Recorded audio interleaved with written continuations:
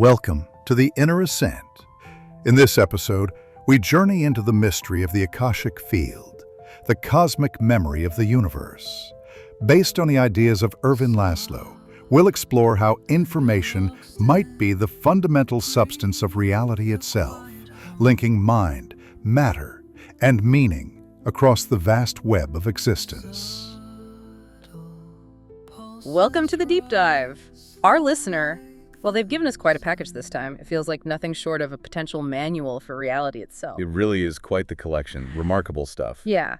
So today, we're setting out on what might just be our most profound journey yet. We're looking for a unified theory of everything, something that really tries to bridge ancient spiritual wisdom with, the very latest in quantum physics. And it's fascinating because we're moving beyond just physics as like matter and energy.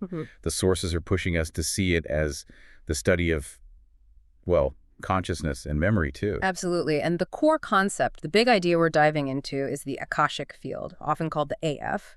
Now, if you haven't really heard that term before, it might conjure up images of, mystical libraries, hidden texts. Sure, it had that vibe. But our mission here is to define it, in both spiritual and scientific terms. We need to unpack this idea, the evidence suggesting the universe might actually be this vast, interconnected, self-aware memory system. And that system, according to these sources, is rooted in a universal field, what science might call the quantum field, or maybe the zero-point field. Right. So we're not just learning about the universe today, we're really exploring this possibility that the universe is fundamentally memory.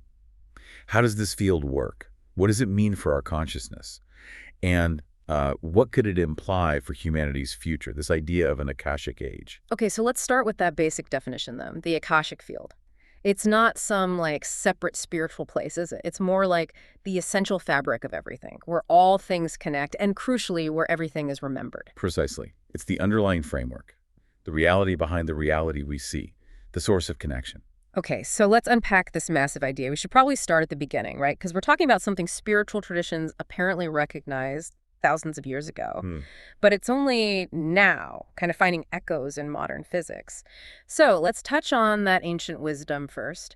Where does this Akasha idea come from? Well, the sources trace Akasha back, 3,000 to 5,000 years, primarily to the Hindu seers, the rishis. Okay. They described it as this primal, really subtle dimension. They even called it the womb of creation. The womb. Yeah, this all-penetrating, non-material substance from which all the denser elements, air, liquids, solids, even fire, eventually evolve.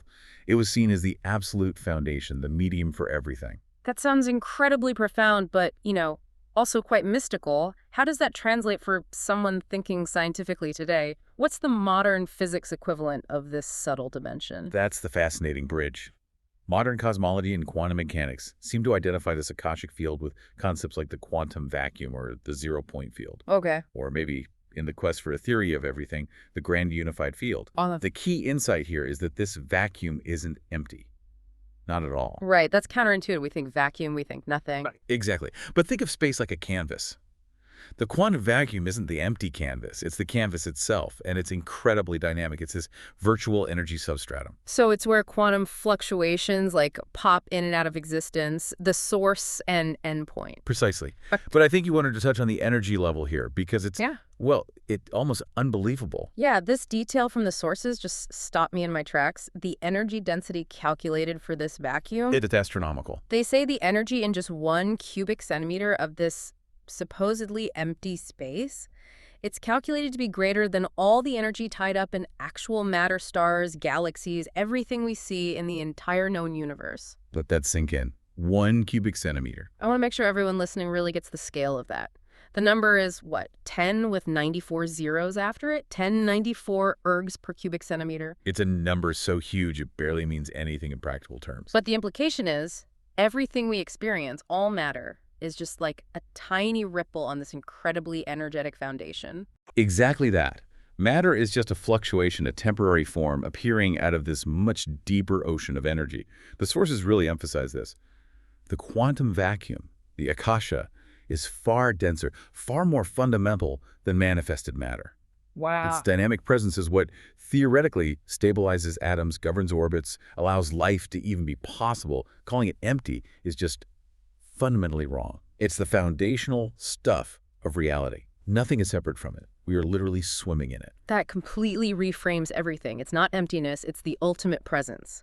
And it connects everything, which leads us straight to its next big property. Memory. Hashtag TED 1.2, the immutable law of memory, Akashic Records. Right. If this field is the fundamental substance, and it's everywhere, dynamically, then anything that happens within it has to leave some kind of trace, doesn't it? Like ripples in a pond? Sort of, yes. But permanent ripples. The fundamental law here, according to these sources, is the conservation of information. Everything that has ever happened is recorded, it's conserved, and theoretically it's retrievable. Nothing ever truly vanishes. And this is where the term Akashic Records comes in, that famous, almost mythical idea. It's just a name for this physical property of the field. That's exactly how the sources frame it. The Akashic Records aren't a separate thing. They're a specific aspect or manifestation of the field's inherent memory.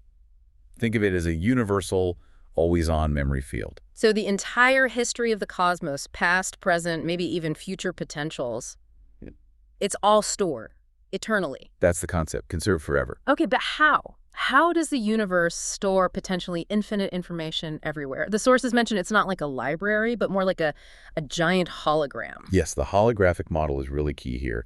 It offers a potential explanation for how so much information can be stored, well, everywhere at once. Okay.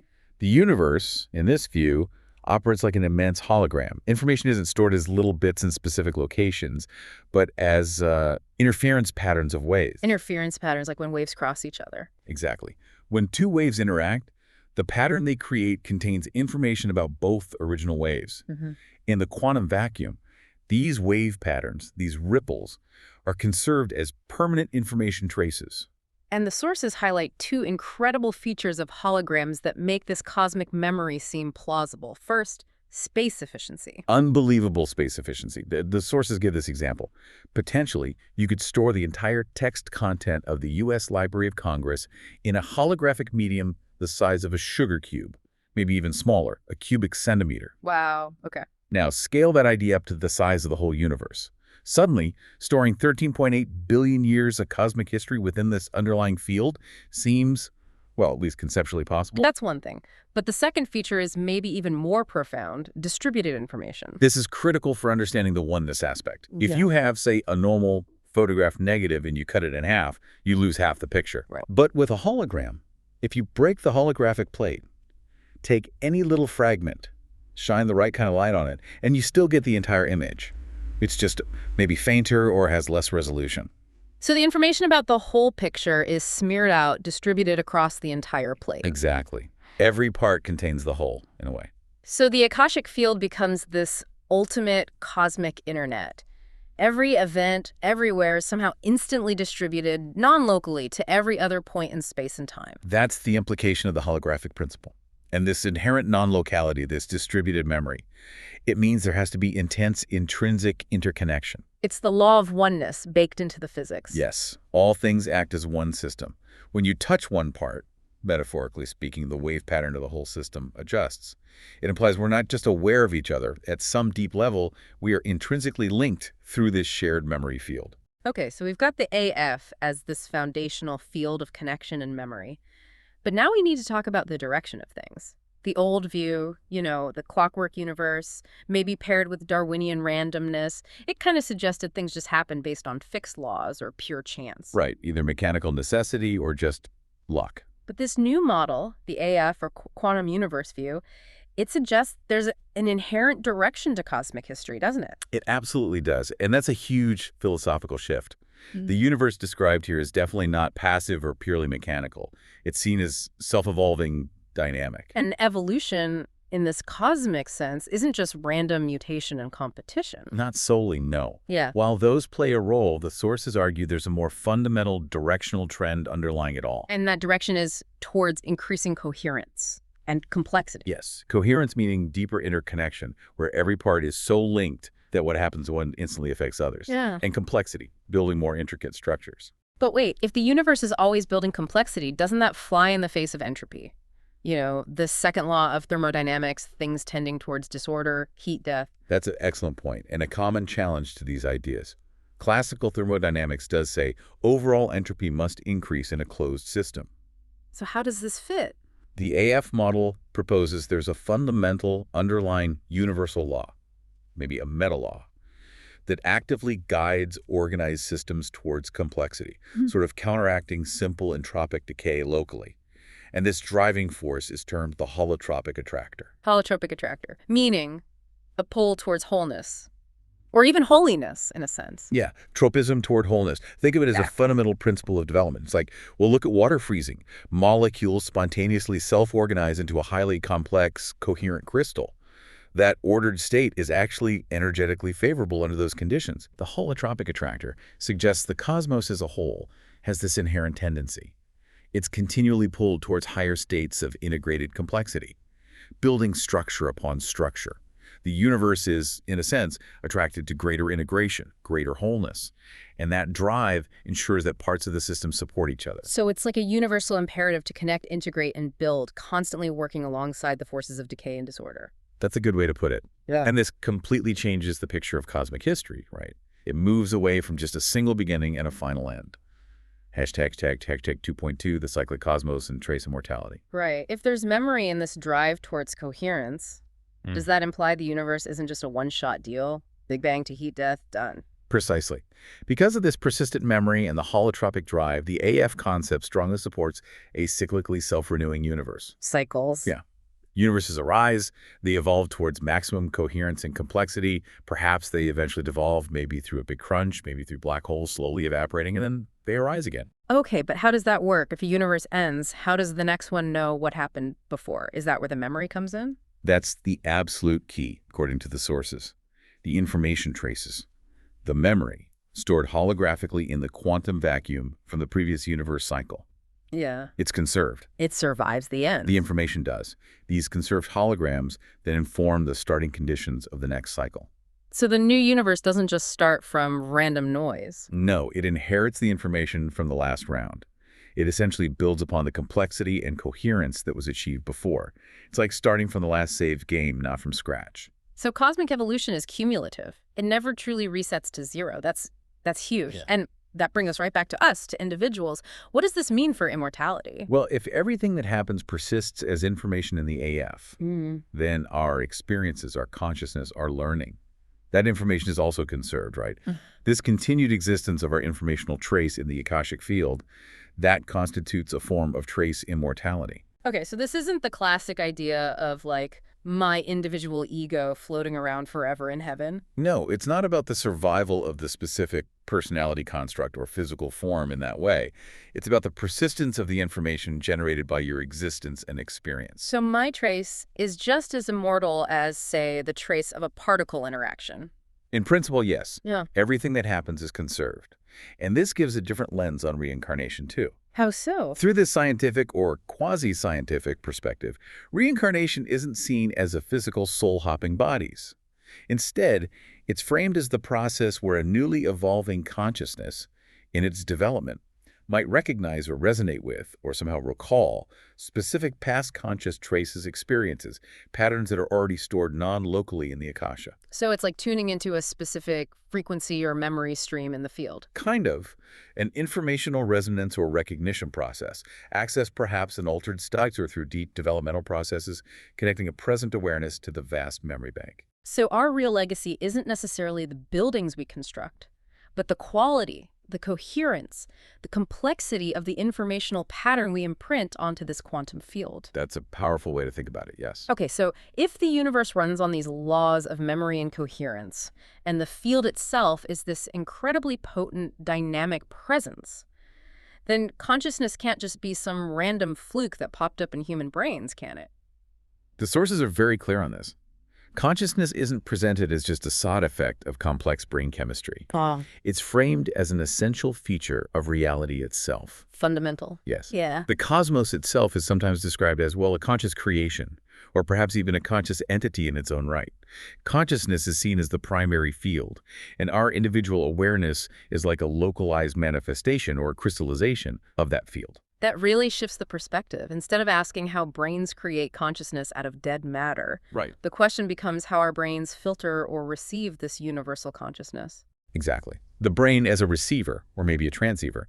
And within that framework, the idea of the higher self starts to make a different kind of sense. Okay, how do these sources define the higher self in the context of the AF? It's usually described as that deeper, perhaps non-local level of our own individual consciousness, Right. our, you could say, true nature. The part connected to the field. Precisely.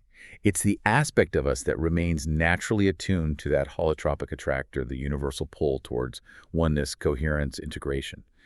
So when people talk about getting back to a state of natural health or balance or finding wisdom, they're essentially talking about aligning the everyday ego-driven surface self with this deeper, more connected consciousness.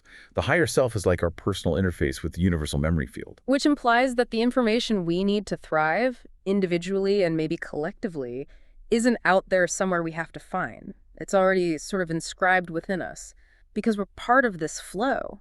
That's a very empowering implication, yes. Yeah. The wisdom is inherent.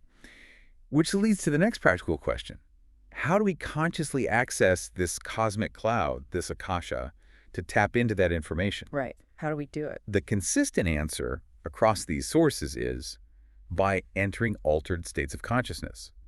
Hashtag 3.2 access the cosmic cloud. Okay, altered states. What kind of pathways are we talking about? Does this mean only, like, highly trained mystics or shamans can do this? Not necessarily, no.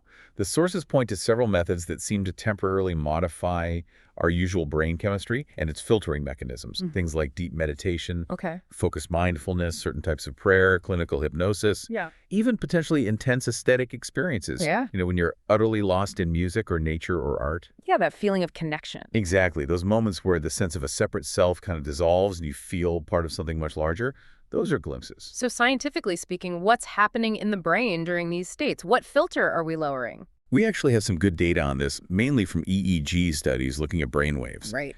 In our normal, busy waking life, our brain is predominantly in a high-frequency state called beta.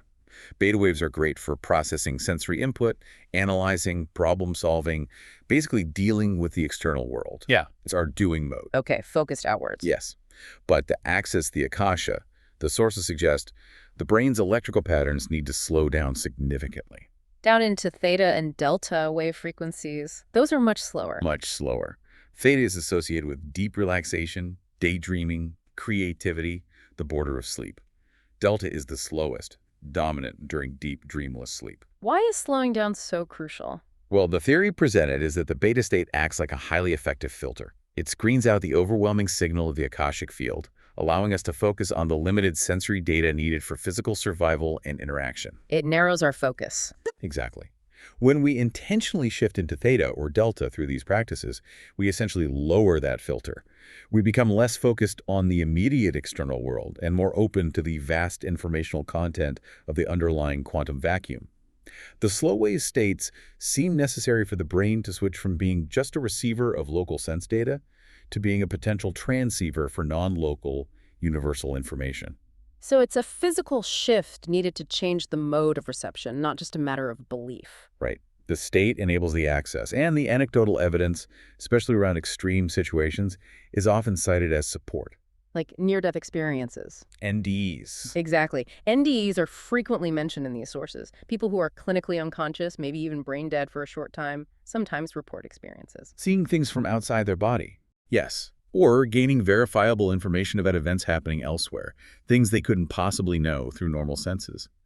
This is often presented as strong evidence that their consciousness, temporarily freed from the brain's usual filtering, accessed information directly from the non-local Akashic Field. Hashtag 3.3, the ethics of coherence. Okay, so if the universe has this fundamental drive towards greater coherence, this holotropic attractor, does that give us a kind of cosmic basis for ethics?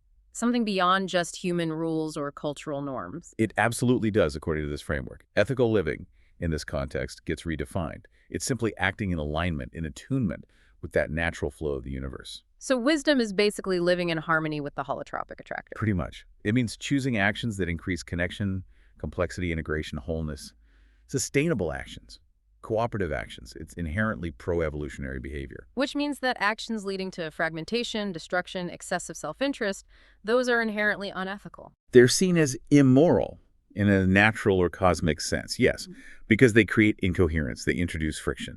They actively work against that fundamental universal drive towards unity and integration. They go against the grain of the universe. Exactly. And humans, perhaps uniquely, seem to have a very wide range of free will in this. We can consciously choose to align with and further this universal evolution through compassion, cooperation, understanding, interconnectivity. Or we can choose to obstruct it through actions driven by separation, ego, short-sightedness, destructiveness.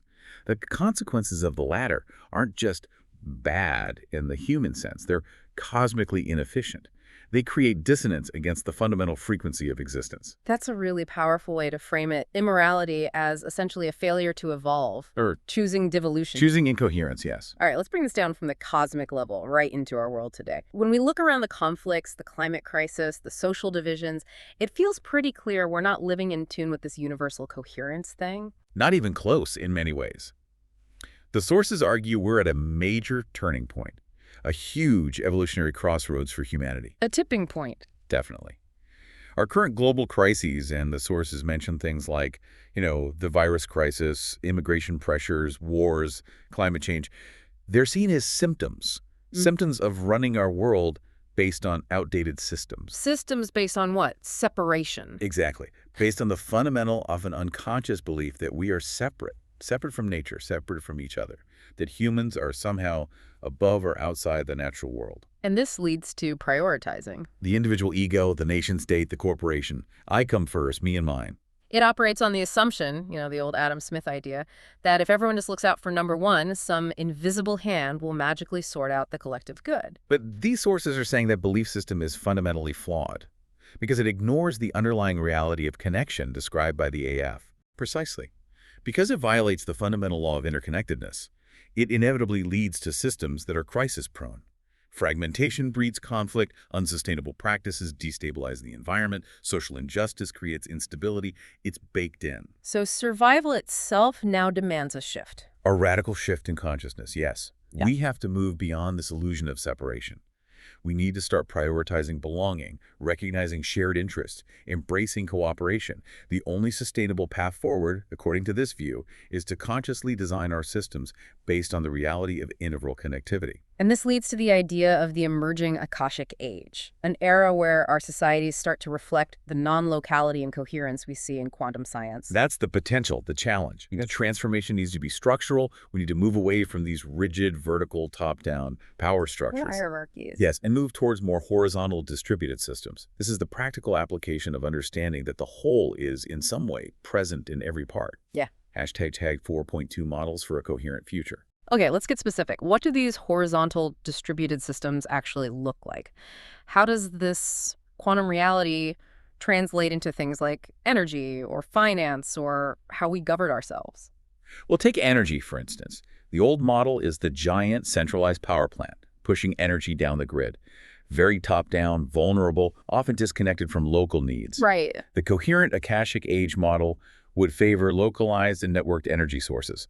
Think microgrids, community solar projects, regional wind farms, all interconnected in a distributed network. So if one part goes down, The whole system doesn't collapse. It can Yeah. adapt, reroute. It's resilient, like a natural ecosystem or like the distributed information in a hologram. okay, what about finance? Our current global system feels incredibly centralized and, frankly, pretty brittle sometimes. Absolutely. So the coherence model points towards decentralized finance. We're seeing maybe early glimmers of this in things like complementary currencies, strong local economies, maybe even some aspects of blockchain technology, things that distribute trust and ownership away from single central points of control. The idea is moving away from just extracting value. Yes, moving from purely extractive models towards more circular, localized, perhaps even gift-based economies that better reflect the reality of shared interests and interdependence. It reduces the kind of systemic risk that comes with putting all your eggs in one centralized basket. And this must apply to politics and governance, too. The ideal system reflecting the AF wouldn't be a single world government, would it? That sounds like the old fear. Exactly. For centuries, the worry was that planetary unity equals planetary tyranny, a single top-down global state. Right. But the Akashic Age model suggests something different, a truly participatory society. Technology, used wisely, now allows for much greater citizen engagement than ever before. Not just voting once every few years. No, think continuous participation, real-time feedback loops, citizen assemblies, advisory councils that genuinely inform policy. Power isn't just held at the top. It's distributed down to the level where the information and the impact are most relevant, often the local community. So power follows information and relevance. Ideally, yes. This kind of distributed participation is seen as the safeguard.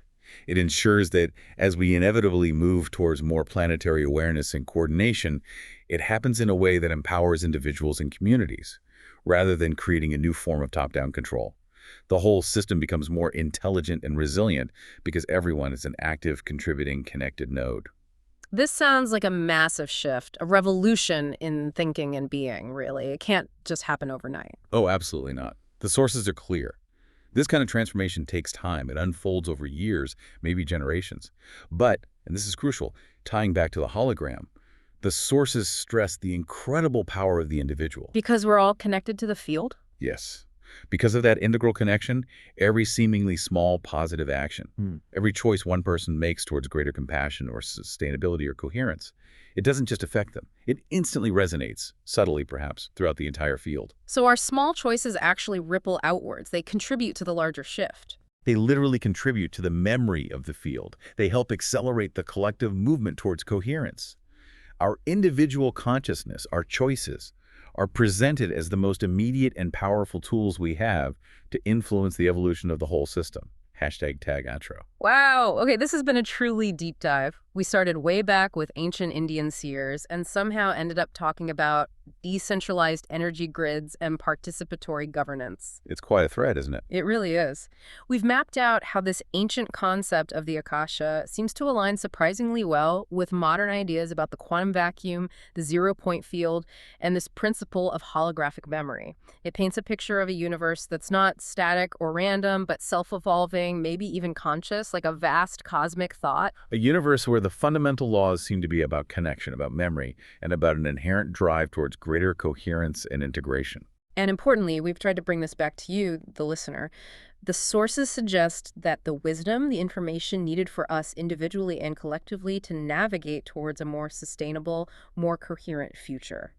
Well, it's not hidden in some secret vault. No, it's proposed that it's already inscribed within us. Because we are intrinsic parts of this Akashic field. We are not separate from it.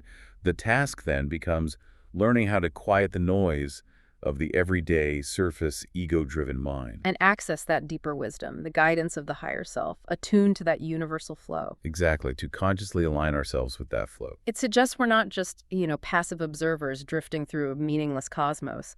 We're active participants. Our thoughts, our actions, our state of being, they're constantly shaping the informational patterns, the memory traces that define not just our own lives, but potentially the future evolution of the cosmos itself. Which leads us to the final thought. Considering these profound implications, that every small action ripples out, that the universe is constantly recording and retrieving information like a kind of cosmic internet. If your choices directly contribute to the informational blueprint for whatever comes next, maybe even the next cosmic cycle. Yeah. What is one small, concrete, coherent action you could commit to today? A conscious choice towards more compassion, perhaps, or greater sustainability in your life, or simply a deeper effort towards self-awareness and integration. How can you consciously choose to elevate the memory and the evolution of the whole, starting right now? That really puts the responsibility and the power right back on us, doesn't it? Choosing fragmentation or choosing the future, something to definitely mull over. You've been listening to The Inner Ascent, where growth begins from within. If today's reflection resonated with you, consider sharing it or revisiting it later. Until next time, stay aware, stay curious, and keep rising.